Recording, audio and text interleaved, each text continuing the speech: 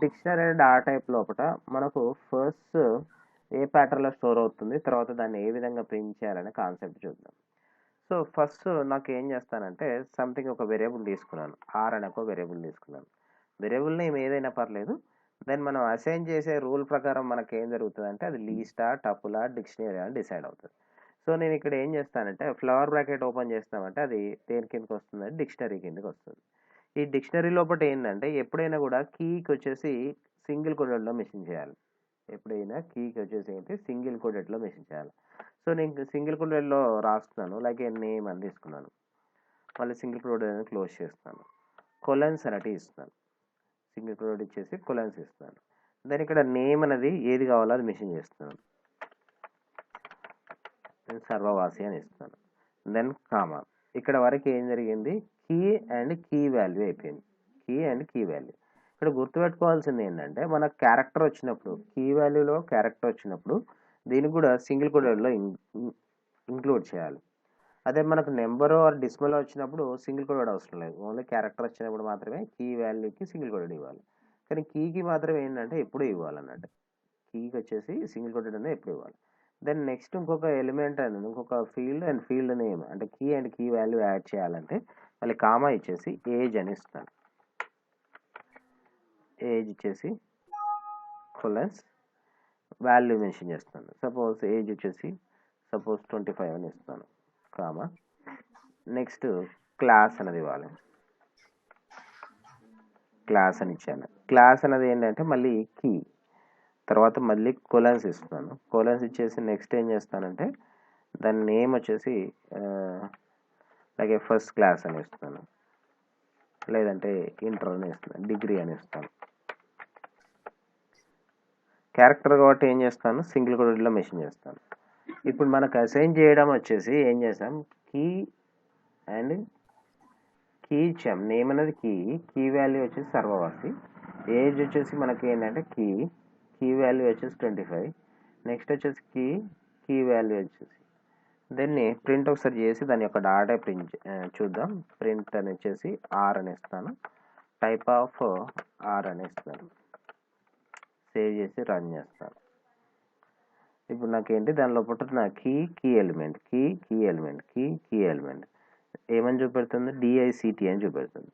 ఇప్పుడు నేను అసైన్ చేయడం వచ్చేసి ఒక ఆర్డర్లో అసైన్ చేశాను. అంటే ఇక్కడ నాకేంటి నేమ్ అనేది ఇచ్చాను, తర్వాత ఏజ్ ఇచ్చాం, క్లాస్ ఇచ్చాం. కానీ ప్రింట్ కావడం వచ్చేసి ఎట్లా ప్రింట్ అవుతుంది చూడండి. ఇక్కడ ఏజ్ వచ్చేసి ఫస్ట్ ప్రింట్ అవుతుంది, తర్వాత నేమ్ వచ్చేసి ఏంటి సెకండ్ ప్రింట్ అవుతుంది, థర్డ్ వచ్చేసి ఇంకో టెక్స్ట్ ప్రింట్ అవుతుంది. అంటే ఇక్కడ నాకు ఏం జరుగుతుంది, ఫస్ట్ ప్రియారిటీ వచ్చేసి దేనికి ప్రింట్ ఇస్తుంది, నాకు నెంబర్కి ఇస్తుంది. దీనిలోకి నెంబర్కి ఎలిమెంట్కి మనకి ఇక్కడ ఇస్తుంది. సో ఇప్పుడు నాకు ఏంటి ఈ ప్యాటర్న్ లోపల స్టోర్ అవుతూ వస్తుంది అని చెప్పుకోవచ్చు. ఇదే ప్యాటర్న్ లోపల స్టోర్ అవుతూ వస్తుంది. మరి వీటిలలో ఒక స్పెసిఫైడ్ ఎలిమెంట్ని యాడ్ చేయాలన్నా, లేదంటే అప్డేట్ చేయాలన్నా, డిలీట్ చేయాలన్నా అనేది చూద్దాం. ఓకే, దీనికోసం మనకేంటి ఒక స్పెసిఫైడ్ ఎలిమెంట్ని మాత్రమే ప్రింట్ చేయాలనుకున్నప్పుడు ఏం చేసి చూద్దామంటే, సపోజ్ నేను టైప్ అని కాకుండా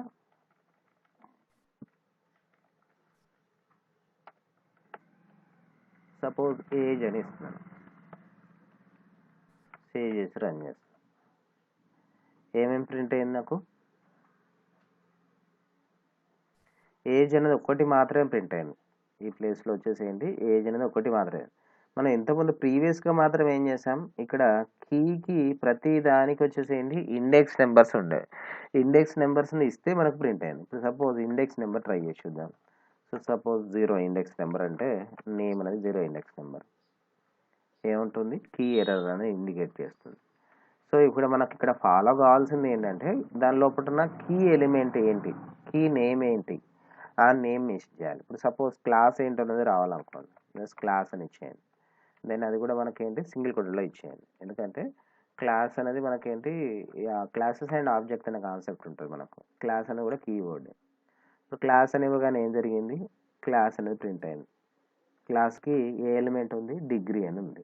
ఆ డిగ్రీ ఎలిమెంట్ వచ్చిందా, లేదు దీని ముందట మెసేజ్ ఇట్లా రావాలి అనుకోండి, లైక్ ఇచ్చేసి క్లాస్ ఈజ్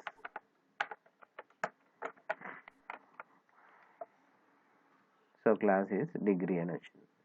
సో అలా మనకి ఏంటి ఒక స్పెసిఫైడ్ ఎలిమెంట్ని ప్రింట్ చేయాలంటే దాని లోపల ఉన్నది ఏం చేయాలి, కీ నేమ్ అనేది మెన్షన్ చేయాలి. దాని లోపల ఉన్న కీ నేమ్ మెన్షన్ చేస్తే అది ప్రింట్ అవుతుంది. ఇది దానికోసం వచ్చేసి మనకి ఏంటి అప్డేటింగ్ ఎలిమెంట్స్ అనేది అప్డేట్ చేయడం కోసం యూజ్ చేస్తాం. ఏంటి ఎలిమెంట్స్ అనేది అప్డేట్ చేయడం కోసం దీన్ని యూజ్ చేస్తాం. నెక్స్ట్ కాన్సెప్ట్ వచ్చేసి ఏంటంటే డిలీట్ అనే కాన్సెప్ట్ గురించి. ఇది ఎలిమెంట్లని డిలీట్ చేయాలి, డిక్షనరీ ఎలిమెంట్ అనేది డిలీట్ చేయాలి. సో దానికోసం ఏ మెథడ్ యూజ్ చేస్తామంటే ఇక్కడ ఏ ఫంక్షన్ యూజ్ చేస్తామంటే క్లియర్ అనే మెథడ్ యూజ్ చేస్తాం.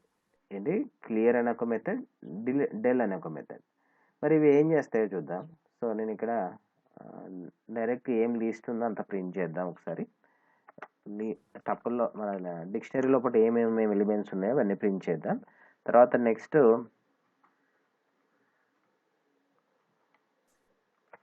డెల్ అని ఇచ్చేస్తాను. డెల్ అని ఇచ్చేసి మన డిక్షనరీ నేమ్ ఏంటో ఆ నేమ్ మెన్షన్ చేస్తాను. డెల్ అని ఇచ్చేసి డిక్షనరీ నేమ్ ఏది ఉందో అది మెన్షన్ చేస్తున్నాను. దెన్ ప్రింట్ చేసి ట్రై చేసి చూస్తున్నాను. ప్రింట్ ఆర్ అని ఇస్తున్నాను. సేవ్ చేసి రన్ చేస్తాను. ఏమంటుంది, name or is not defined అని వస్తుంది. ఆర్ అనేది ఏంటి, డిక్షనరీ నేమ్. ఇప్పుడు నాకు ఫస్ట్ ప్రింట్ చేసినప్పుడు వచ్చింది ఏది, ఫస్ట్ ఇక్కడ ప్రింట్ ఆర్ అని ఇచ్చాను. సో అంటే ఇక్కడ ప్రింట్ ఆర్ అన్నప్పుడు ఏం జరిగింది, దీని లోపల ఉన్న ఎలిమెంట్స్ అన్ని ప్రింట్ అయినాయి, డిక్షనరీ లోపల ఉన్న ఎలిమెంట్స్ అన్ని ప్రింట్ అయినాయి. కానీ నెక్స్ట్ వచ్చేసి ఏంటంటే డిలీట్ చేస్తాను. ఏంటి టోటల్గా డిలీట్ చేస్తాను. డిలీట్ చేసిన తర్వాత నెక్స్ట్ ఏం చేస్తానంటే ప్రింట్ ఆర్ అని ఇస్తే ఏం జరుగుతుంది, ప్రింట్ అది డిలీట్ అయిపోయింది. మనకు డిలీట్ అయిపోయింది కాబట్టి నాకు ఏంటి ప్రజెంట్ అవైలబిలిటీలో లేదు కాబట్టి ఎర్రర్ అనేది త్రో అవుతుంది. ఓకేనా. సో అంటే ప్రజెంట్ ఎలిమెంట్స్ లేవు కాబట్టి డిలీట్ అవుతుంది. సపోజ్ దీన్ని కామెంట్ ఇండికేట్ చేద్దాం. కామెంట్ ఇండికేట్ చేయాలంటే యాష్ అని యూజ్ చేసి రన్ చేస్తాను. ఇప్పుడు వస్తుంది, 2 సార్లు ప్రింట్ ఇస్తే 2 సార్లు వచ్చింది. కానీ నేను డిలీట్ అనే ఫంక్షన్ యూజ్ చేసినప్పుడు మాత్రం ఏం జరిగింది, ఇక్కడ డిలీట్ అయిపోయింది. ఫస్ట్ ఒకటి మాత్రమే ప్రింట్ అవుతుంది, నెక్స్ట్ స్టేట్మెంట్ లోపల ఏం జరుగుతుంది, ప్రింట్ డిలీట్ అయిపోతుంది. ఈ డిలీట్ అయిపోయినప్పుడు మనకేంటి దాని లోపల ఎలిమెంట్ అనేది ప్రింట్ కాదు, అందుకోసమే ఎర్రర్ త్రో అవుతుంది. ఇది డిలీట్ అనే ఎలిమెంట్. నెక్స్ట్ అనదర్ ఎలిమెంట్ వచ్చేసి నెక్స్ట్ అనదర్ ఫంక్షన్ వచ్చేసి ఏంటంటే క్లియర్ అనే ఫంక్షన్. ఏంటి క్లియర్. సో నాకేంటి డిక్షనరీ వేరియబుల్ నేమ్ ఏంటి, తర్వాత కీవర్డ్ అంటే ఫంక్షన్ నేమ్ వచ్చేసి క్లియర్ అని ఇస్తున్నాను. సో రన్ చేస్తాను. ఇప్పుడు చూడండి, ఇక్కడ ఏజ్ వచ్చేసి 25 అని ఉంది, నేమ్ వచ్చేసి సర్వవాసి అని ఉంది, క్లాస్ వచ్చేసి డిగ్రీ ఉంది. ఫ్లవర్ బ్రాకెట్ ఓపెన్ క్లోజ్ లోపల మాత్రమే ఉంది. అంటే ఇక్కడ ఏం జరుగుతుంది, ఇక్కడ టోటల్గా వచ్చేసి ఏం జరుగుతుంది, ఇక్కడ డిక్షనరీ ఉంటుంది కానీ డిక్షనరీ లోపల ఉన్న ఎలిమెంట్స్ ఉండట్లేదు. ఇక్కడ క్లియర్ అనే మెథడ్ ఫంక్షన్ యూజ్ చేయడం ద్వారా డిక్షనరీ ఉంటుంది. డిక్షనరీ లోపల ఫస్ట్ నేను ఏంటి ఉన్నాయన్నీ ప్రింట్ చేస్తాను. క్లియర్ అనే ఫంక్షన్ యూజ్ చేసినప్పుడు మాత్రం ఏంటి దాని లోపల ఉన్న ఎలిమెంట్స్ అన్ని డిలీట్ అయిపోతున్నాయి, అంటే కీ అండ్ కీ వాల్యూస్ అన్ని డిలీట్ అయిపోతున్నాయి. ఓకేనా. సో అలా ఇక్కడ మనకి ఏంటి ఆల్ ఎంట్రీస్ అంటే దాని లోపల ఉన్న ఎంట్రీస్ మొత్తం డిలీట్ చేయాలనుకుంటే క్లియర్ అనే మెథడ్ ఫంక్షన్ యూజ్ చేసుకోవాలి. లేదు నాకు వచ్చేసి ఏంటి ఓన్లీ మనకు ఎంటైర్గా డిక్షనరీ మొత్తం వెళ్ళిపోవాలనుకుంటే డిక్షనరీ మెన్షన్ చేయాలి, డెల్ అనే మెథడ్ యూజ్ చేసుకోవాలి. ఓకే. సో ఇలా మనకి ఏంటి డెల్ అనేది దేని కిందకి వస్తుంది, డెల్ అనేది మన ఇది అనేది క్లియర్ అనేది మెథడ్స్ కిందకి వస్తుంది మనకు. ఓకే. నెక్స్ట్ ఒక స్పెసిఫైడ్ కీని మెన్షన్ చేయాలనుకుంటే కీ మాత్రమే ప్రింట్ చేసుకుంటూ వచ్చాం. ఓకే.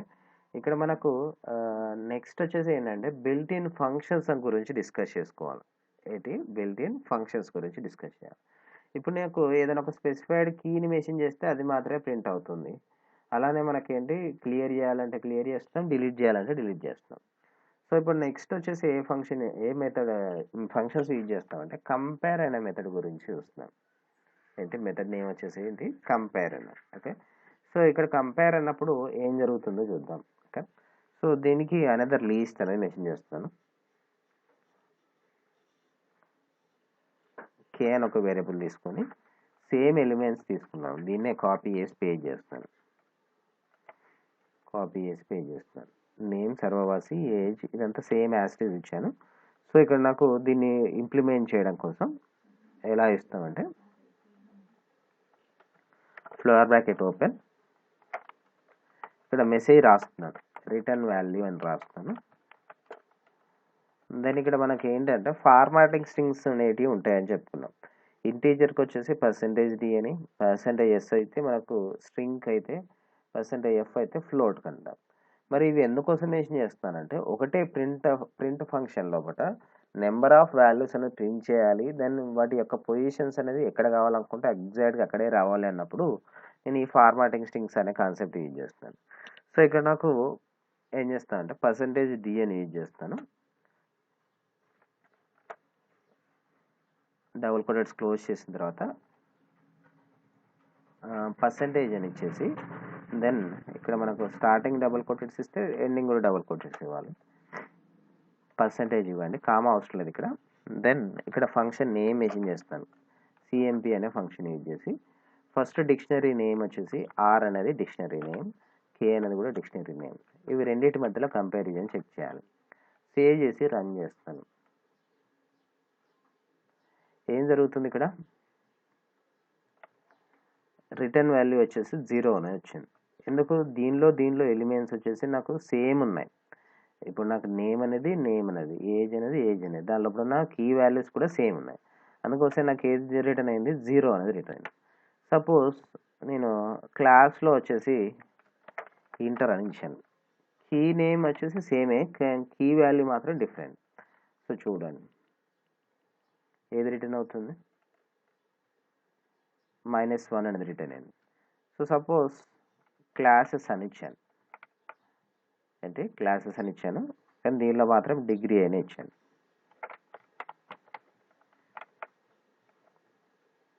ఇప్పుడు ఏది రిటర్న్ అవుతుంది?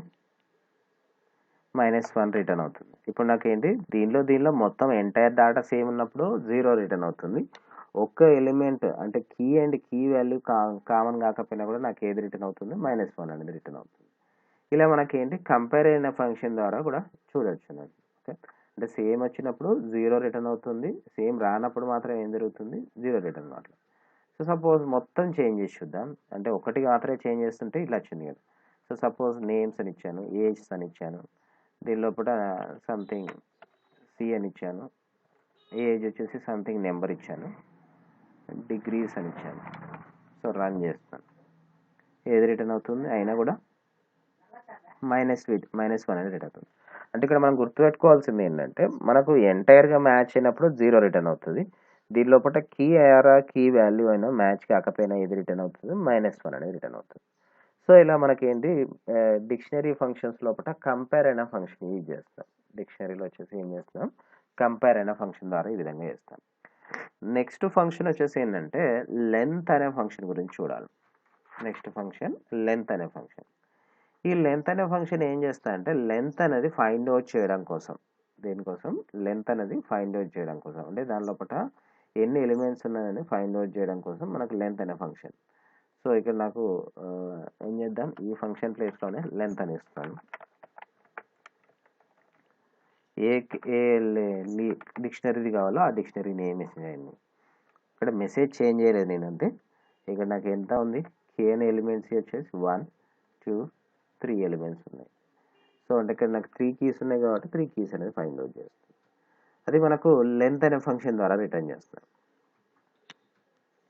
నెక్స్ట్ ఏ ఫంక్షన్ యూజ్ చేస్తామంటే స్ట్రింగ్గా str అనే ఫంక్షన్ యూజ్ చేస్తాం. మరి str అనేది ఏం చేస్తుందని చూద్దాం. ఓకే, సో సపోజ్ ఒకటే లీస్ట్ తీసుకున్నాను, ప్రింట్ చేస్తాను, దెన్ డాట్ కూడా ప్రింట్ చేస్తాను. తర్వాత నెక్స్ట్ ఏం ఇస్తానంటే str అని ఇచ్చేసి R అని ఇస్తాను. సో ఇలా వచ్చిందని నేను సపోజ్ y అనే వేరియబుల్లోకి ఇచ్చేస్తున్నాను. దెన్ ప్రింట్ y అని ఇస్తాను, టైప్ ఆఫ్ y అని ఇస్తాను. సేవ్ చేసి రన్ చేస్తాను. ఇస్తా సెకండ్ లైన్ లో. Okay, R. సో ఇప్పుడు నాకు ఇక్కడ ఏం జరిగింది చూడండి. ఏజ్ ప్రింట్ అయింది, నేమ్ ప్రింట్ అయింది, క్లాస్ ప్రింట్ అయింది. డాట్ టైప్ వచ్చేసి ఏంటి? డిక్షనరీలో ఉంది.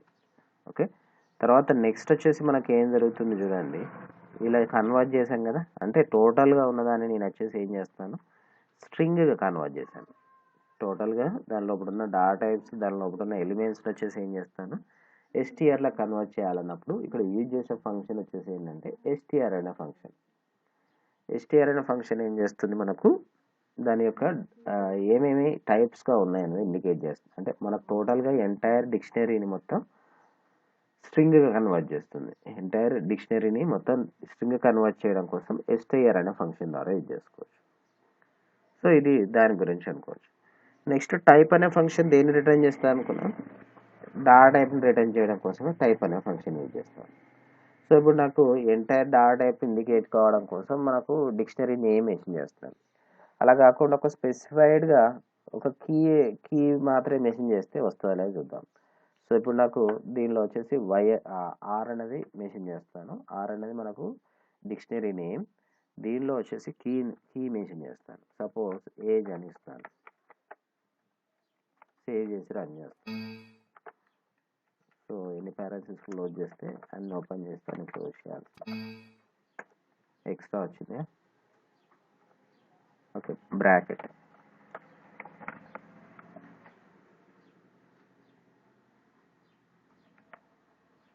సో ఇక్కడ కూడా అదే ప్రింట్ చేద్దాం.